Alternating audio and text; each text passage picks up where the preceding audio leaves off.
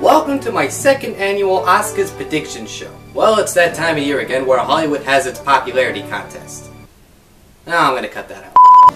It's that time of year again where Hollywood has its prestigious popularity contest. It's a waste of time, people.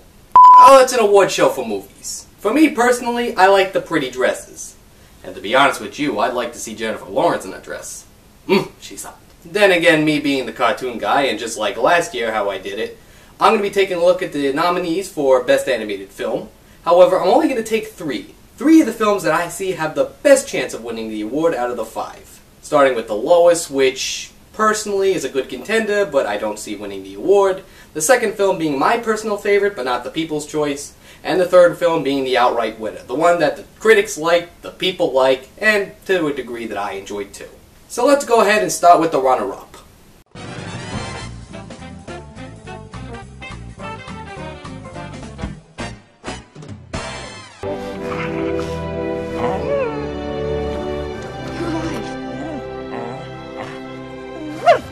You're alive!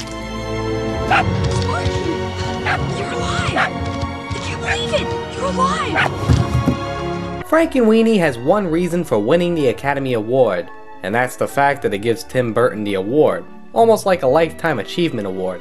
Honestly, it's the only reason because I felt that this was the weakest of the three selections. I'm not saying Frankenweenie's a bad movie, but by comparison, the story isn't all there. Alright, let me rephrase. The first half of the film is pretty solid. It holds an emotional punch and supplies me with Tim Burton trademarks that have been lacking since Corpse Bride. However, everything after the dog coming to life either has its moments, or just feels really odd. That is to say that the moments it has are pretty good. Some of the characters, they just feel like they're there to pad the film out. And the characters that the movie should have spent more time, like the science professor, don't stick around for long. And then there's the ending. Oh my god, do I hate the ending to this movie. Let's imagine if Tim Burton decided to give all of his really good movies a happily ever after.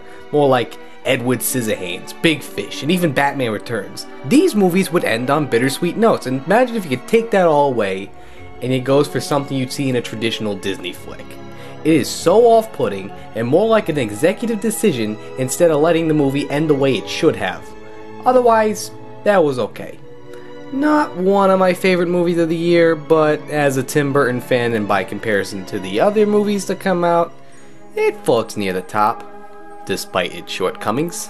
So this one's going to be surprising you because this was my personal favorite animated film of the year, but I don't think it's going to be winning the Academy Award. This is the wild card selection.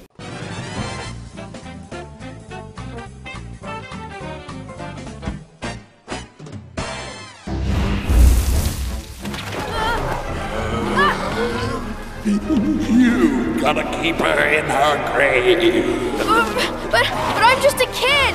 How am I supposed to stop it? Yeah, you probably saw this one coming. If I was going to give an award for the animated film celebrating the quality, story, and overall goodness it provided, I would give it to Paranorman in a heartbeat.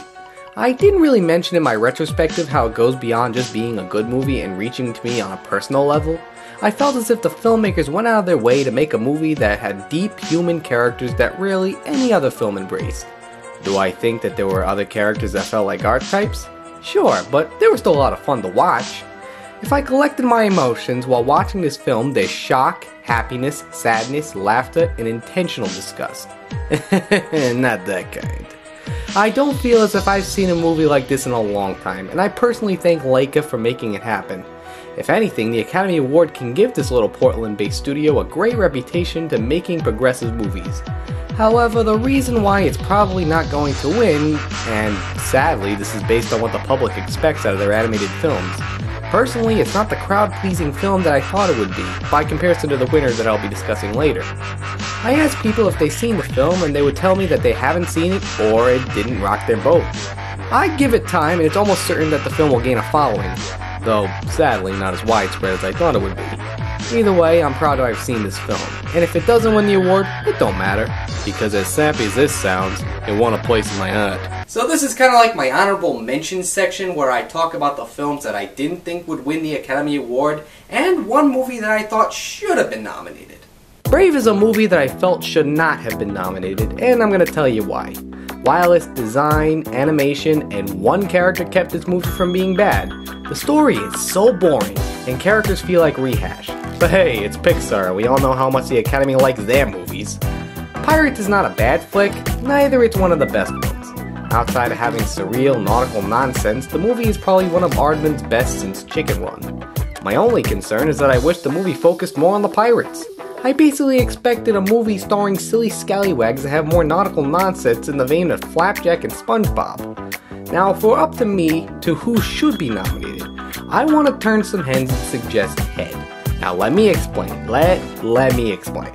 According to the Academy rules, the movie could qualify as an animated film. It becomes questionable since motion capture aided the final character's animation, and we all know how the Academy feels about that. Otherwise, I think it would be beneficial for the Academy to consider having more R-rated films to levy between the lighter family films. Last year we had Chico and Rita, and it was a more mature movie, which would have made the category gain a little more clout. Alright folks, this is game time. Get your game face on because this is going to be the outright winner.